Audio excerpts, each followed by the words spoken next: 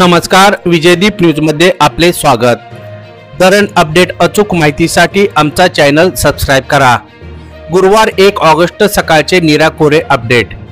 नीरा-खोरे धरण पाणलोट क्षेत्रात पावसाचा जोर ओसरला असून घाटमाथ्यावर मध्यम स्वरूपात पाऊस सुरू आहे।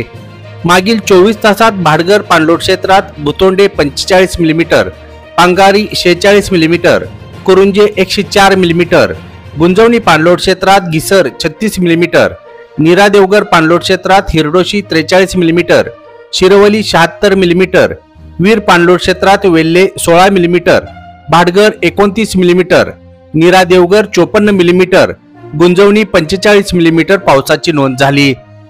दरम्यान पावसाचा जोर वाढला तर भाटघर धरणाचे स्वयंचलित दरवाजे येत्या 2 दिवसात उघडण्याची शक्यता आहे।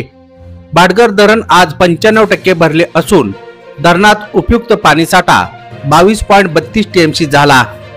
धरण पाणी पातळीत वाढ होत असल्याने बुधवारी 31 जुलै रोजी संध्याकाळी 8 वाजता भाटघर धरणाच्या विद्युत निर्मिती प्रकल्पातून 1750 क्युसेक विसर्ग नदीपात्रात सुरू करण्यात आला।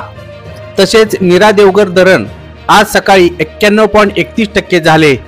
धरणात उपयुक्त पाणीसाठा 10.71 टीएमसी असून बुधवारी 31 जुलै रोजी संध्याकाळी 8 वाजता नीरा देवघर धरण विद्युत निर्मिती प्रकल्पातून 750 क्युसेक विसर्ग नदीपात्रात सुरू करण्यात आला।